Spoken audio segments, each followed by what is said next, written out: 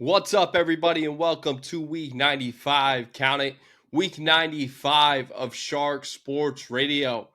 Alongside of me is Andrew George, aka Ticket, and it's yours truly, Mark Loisel Jr., aka Shark, right here in the Ocean State. Now, before we get into introducing Ticket, I got a gripe to pick with myself. So I was looking at the show sheet last night. I was like, oh, we can do different topics. This is going to get interesting. And I was thinking, why the fuck would somebody from New England, who's a Dolphins fan, a Boston Celtics fan, a Red Sox fan, bring on a Jets supporter, Yankee supporter, and a Lakers supporter? And I was Yeah, you're out of your thinking, mind. I was thinking, why would I put myself in that situation? And I just thought, well, maybe because this would probably be the best situation possible. So, with all that being said, we are going to cover a whole lot of teams across the board in the MLB and the NFL and the NBA. So, guess what? It's inevitable. We're going to talk Yankees. We're going to talk Jets. We're going to talk Lakers. With all the honors, we have Ticket. Ticket, what's happening? Thank you for that introduction. And like Belichick said, like they used to have the RCA Dome where he accused the Colts of like filtering in crowd noise. Yeah, no, happy to be here. Appreciate you inviting me on. So I'm excited. Yes, I'll definitely bring different perspectives. Although I feel like at least as a Dolphin and Jet fan, we might be able to see some alignment in certain situations. As it was, as long as we're not talking about each other's teams. But yeah, no, definitely happy to be on and a part of the show. Yeah, and thanks all of the listeners for tuning in tonight. Right, you can always use Apple Podcasts, SoundCloud, and Spotify app. Check us out on X at SSR34_, YouTube at the Shark Sports Radio channel, TikTok at Shark Sports Radio, and on the Shark Sports Radio Facebook page. So yeah, you can probably find us wherever and whenever. And you can also play underdog. Okay, today deposit offers up to $1,000 in bonus cash, and you will also get a free pick. So get on it, download the app, use the promo code Shark Sports, and let's take full advantage. You want to play to win, and that's exactly what this month is about. Underdog is offering all customers Oost Ober is what they're talking about. And there will be a boost and there'll be a promo every day. So let's get on it. Download the app, use the code Shark Sports. Tonight, in honor of the underdog BDE Belt selections, and we'll get into a different amount of projections as we go throughout to talk about week 7, heading into week 7. So, Ticket, I'll start here. We'll get into my BDE Belt winner, Chris Godwin of the Tampa Bay Buccaneers. When you think of Tampa Bay, you think of Mike Evans, right? Well, this week was all about Chris Godwin. 11 catches for 125 yards, 2 touchdowns in the 51-27 win against the Saints. It was a big 55-yard touchdown in the third quarter. And that's just the way to finish if you're Godwin. That's the way you want to do it. You posted 35.5 fantasy points in week 6. So with that being said, BDE Belt goes to him. He deserves it. He always gets overlooked with Mike Evans running the show, with Baker Mayfield. Give me Chris Godwin this week. Yeah, I can't argue that. And that was a crazy game too. I remember, obviously 1:00 game on Sundays, and I saw the Bucks jump out early, then the Saints come back. Pretty crazy, high scoring game. And the Godwin obviously was a huge part of it. Big time. But my BD Belt winner would be Jared Goff. 315 yards, 72% completion percentage on 18 completions, 7 different targets. Didn't turn the ball over. Obviously, that was one of the more shocking results of this past week with a 47-9 win in Dallas.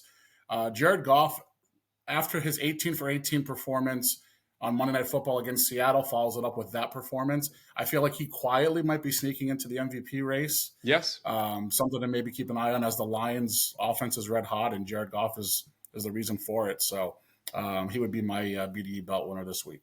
Yeah, and I think something that has to go noticed is Aiden Hutchinson's injury. I think Aiden Hutchins is going to be a big piece that's missing, for their playoff push and obviously the division contention. Um, and I think that impacts Jared Goff because, when you think about it, if you can get, offense off the field quickly and have Jared Goff go off, no pun intended, that's the type of situation you want him to be in.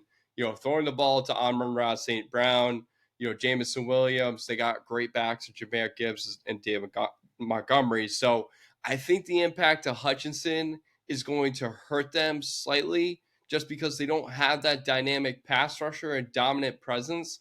But I think Jared Goff absolutely should be in the MVP race. I just hope that his numbers don't dwindle due to the fact that the defense might not be able to get off the field as quickly. And if anything, it could help because obviously the strength of that Lions defense is probably more so their run D. Their secondary has been susceptible to giving up big plays and big games. So with that logic, if Hutchinson's out, they don't really replace his production. Pass rush hurts, which means the secondary is going to suffer. Yep. Just by using that logic, and that means maybe more shootouts, maybe more high-scoring affairs. And the Hutchinson injury kind of teases one of my picks for our underdog fantasy segment. So nicely done there. Absolutely. Yeah, so let's get into our underdog selections of the week.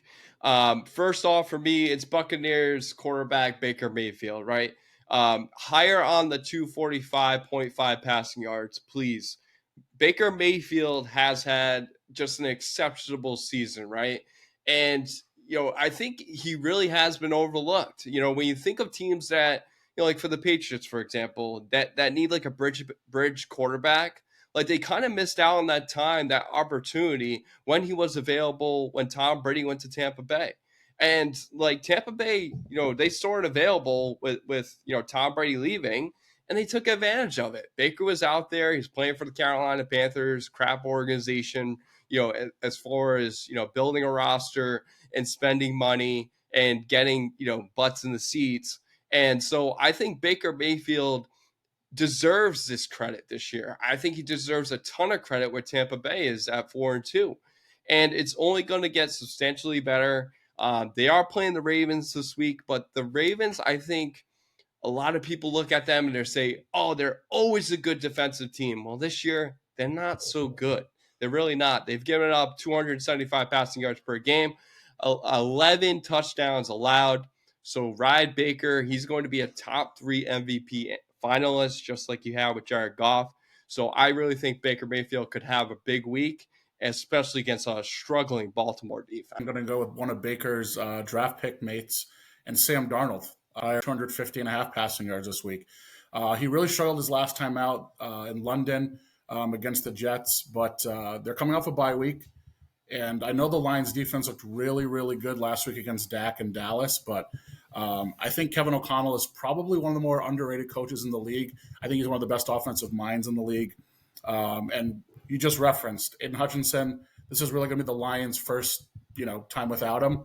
I think that for sure, I expect Kevin O'Connell in that offense to have some wrinkles in their up their sleeve, and certainly think that at the end of the day, Darnold, you're getting pretty good value with those passing yards. I know he's had some weeks where he puts up 3 or 4 touchdowns, like against the Texans and the Packers. He puts up these big touchdowns and a lot of passing yards.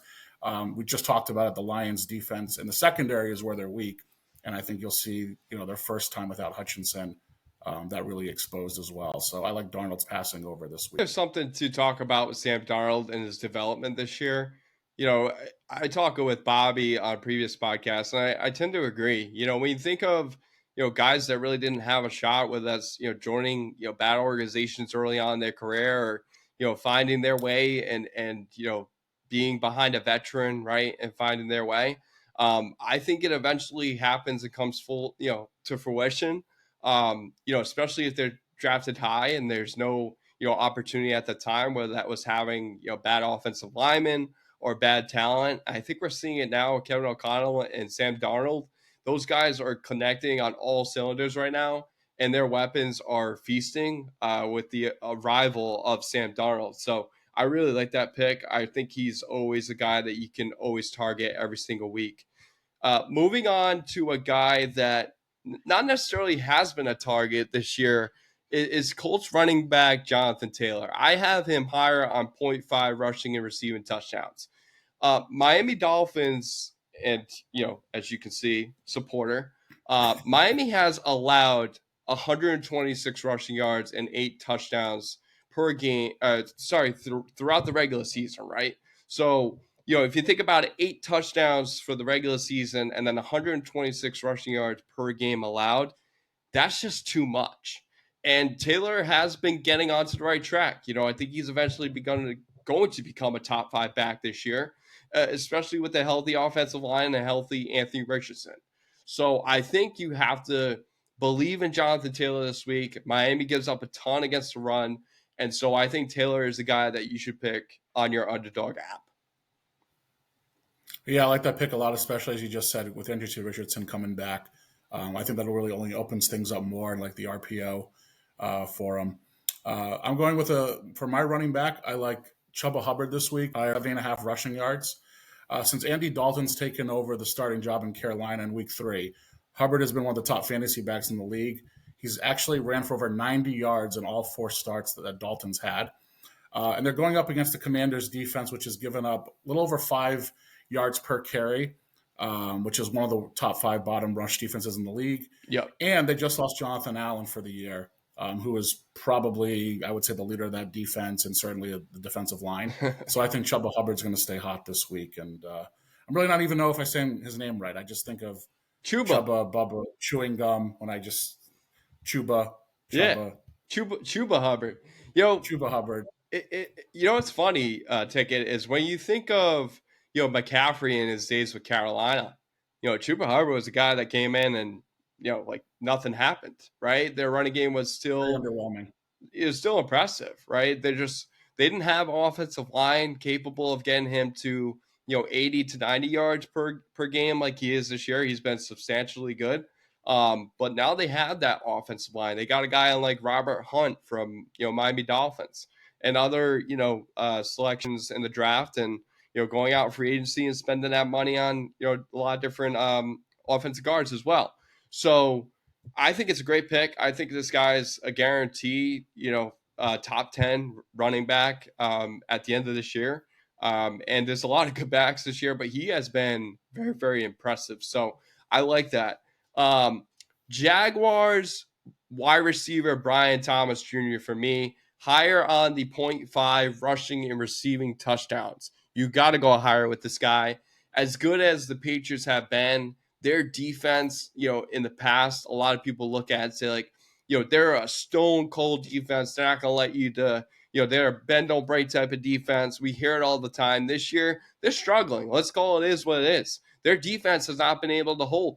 You gave me the tickets last week with the Houston Texans, and if you look at the Houston Texans and what they did, it was nothing really impressive offensively. It was like the fact that the Patriots defense just couldn't handle, all the offensive weapons in that front line. They were getting a ton off that line. And Drake May, as a rookie coming in, the number one thing you want to do is 1, protect him, and 2, have a good defense. And their defense was struggling, and it's going to continue struggling. Christian Gonzalez, as good as that man is, he can't do it alone. And Jabril Peppers now with off-field issues, he's facing a whole different allegations. You got to look at it and say, like, can this defense really hold strong? Barmore getting in trouble today in Providence. You just got to kind of wonder what the heck's going on with that organization currently. The defense just hasn't been able to hold their own against opposing quarterbacks. Thomas has had a touchdown 2 out of the 3 past games. So ride Brian Thomas Jr. in London, 0.5 rushing and receiving touchdowns. He's definitely been, everyone obviously talks about Malik Neighbors, but he was a stud at LSU as well, and he's produced really nicely in an underwhelming year for the Jaguars and Trevor Lawrence, he's definitely been one of the few bright spots. I'm actually going with another rookie receiver, Ladd McConkey, 45 and a half receiving yards.